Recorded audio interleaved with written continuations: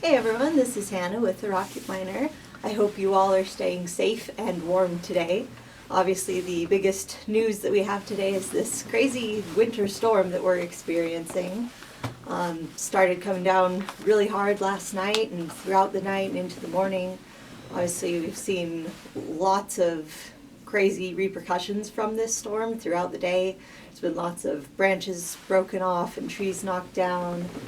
There's been power outages throughout the county and lots of people closing, school districts, the businesses, libraries, all sorts of different things that we've seen all day from this storm. So I want to look at a few of those in a little bit more detail. This storm, and especially the high winds that we experienced from it last night, caused a lot of power outages for thousands of different homes and businesses throughout Sweetwater County. The power has been out since last night for virtually all of Green River and for pretty big sections of Rock Springs as well. The Rocky Mountain Power workers were out in force in Green River today, working to restore that power. We heard that from Steve Core, the communications administrator for the city of Green River. And they said that they were expecting it to be into the evening tonight before power was able to be restored for Green River, and that perhaps it could be even longer than that for some customers. Right now, the Rocky Mountain Power website is reporting that there are still almost 400 customers in Rock Springs that are still without power, and still over 2,000 customers in Green River that are without power. So obviously they are aware of that, they are working on getting that restored, but it was pretty bad, so it's taking a while to get that power back, especially in Green River. Green River City officials also noted that people need to watch out for downed power lines underneath or near tree branches that have fallen on the ground, and to stay away from those. They warned people to be really careful when they're clearing up after the storm, especially picking up the branches.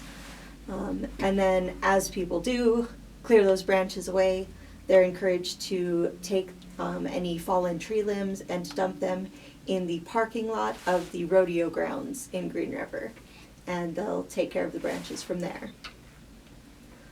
Today obviously we saw a lot of closures and lots of changes due to this storm. Sweetwater County School District number 1 decided to just have school virtually today and no in-person classes, and School District number 2 decided to cancel all classes for the day. Also, the Sweetwater County School District number 2 board meeting was supposed to be tonight. That's been moved to tomorrow. And then today, Western Wyoming Community College also decided to make all of the classes virtual for the day. Also, the Sweetwater County libraries all closed down today, and I heard of several businesses around town that were deciding to stay closed. So there's been no word yet on what the schools are planning to do tomorrow. I'm assuming that they will go ahead and go forward with classes, but we'll definitely keep you updated as we hear updates from them. Also, throughout the day, obviously most of Interstate 80 has been closed across the whole state of Wyoming for most of the day. It is starting to open up a little bit now, but there are still a lot of closures in place. So the most recent update from WYDOT, the eastbound lanes between Rock Springs and Evanston are closed due to winter conditions. And then both directions are closed between Rock Springs and Wamsutter due to both the conditions and crashes. And then the westbound lanes between Rollins and Cheyenne are closed due to a rolling closure from the other closures. The estimated opening time is still unknown for all of the closures that are due to the conditions. And then the rolling closure is giving an estimated opening time of about 8 to 10 p.m. tonight. So we'll keep checking on that, giving updates on I-80 and what the closures are looking like. The good news with this storm is that it is helping a lot of the wildfires that we've seen throughout the state over the weekend. The RR316 fire, which was the fire by Hannah that caused evacuations over the weekend, is doing a lot better and has been really helped by the storm. That fire was at 14,201 acres and only 20% contained yesterday. But after they received some rain and snow, the fire has not spread at all and is now 90% contained. And they're continuing to monitor that with their fire crews, but with the snow they were able to get that a lot more contained than it was before. Also, the Swinging Bridger fire, which is in the Jackson Ranger district of the Bridger-Teton National Forest, started on Sunday, caused some evacuations in that area. It is now 100% contained. They were able to respond to that fire really quickly and get it pretty well contained in a pretty timely manner over the weekend. But definitely the extra moisture that they got overnight helped them get it just fully contained now to where it's 100%. So looking at tonight and the next few days and what to expect from the rest of this storm.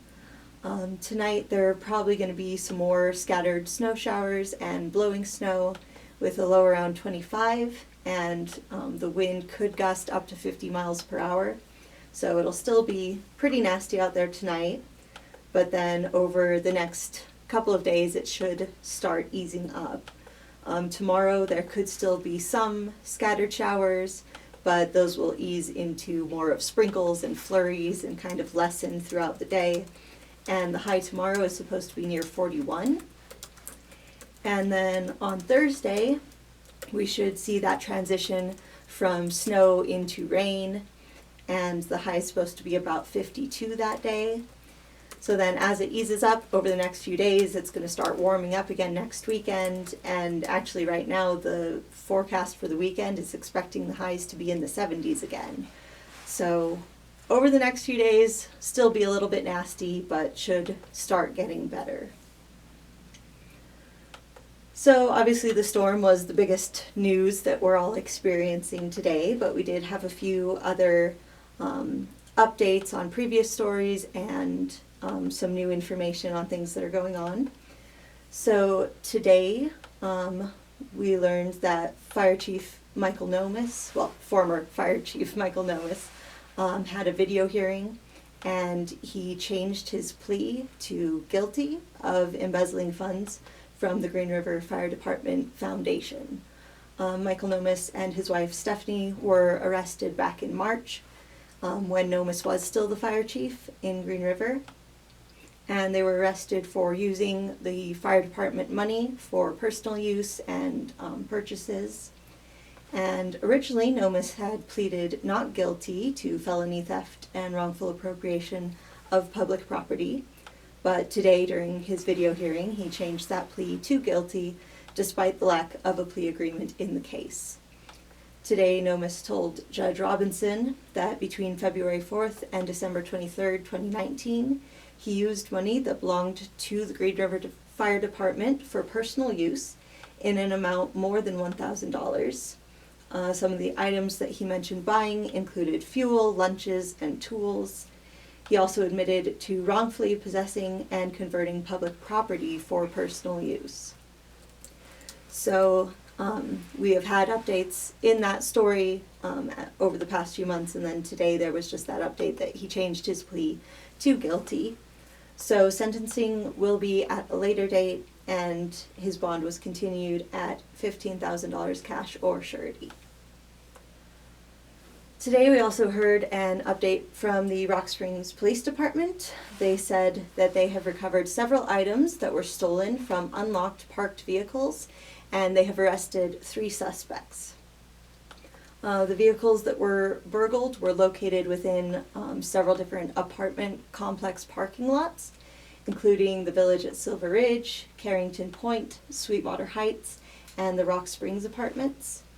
The owners of some of the items have been identified, so police said that if you're missing anything or you think that your vehicle could have been involved, you can contact them to see if you can get your items back.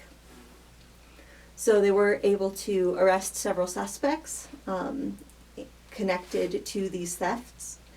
They arrested Riley Johnson, who was 18, for alleged aggravated burglary with a deadly weapon, burglary, and accessory after the fact. And then 2 juveniles were also arrested for alleged aggravated burglary with a deadly weapon, burglary, accessory after the fact, and curfew violation, first offense. One of these juveniles has an additional charge of alleged interference with a police officer. So this case remains under investigation, but they were able to arrest those suspects and get a lot of those items back to their owners. And with this, law enforcement is reminding everybody to lock your vehicles, especially if you have any valuables inside. They noted that all of the vehicles involved in these burglaries were unlocked. So definitely keep your cars locked so people don't steal things from them.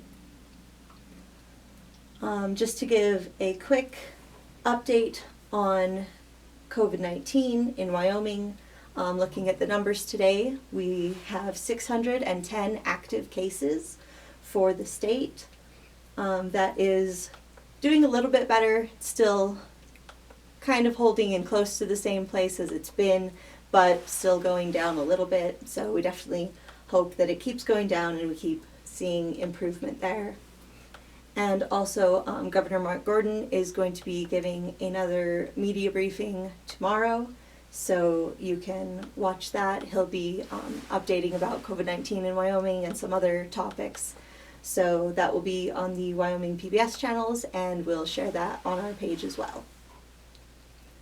So that's all of the updates in the news that I have for you today. Thank you for listening. Keep checking back with us for more updates, especially about the weather, the storms, closures, and everything related to that. We'll keep you updated. So thank you, and stay warm and safe out there.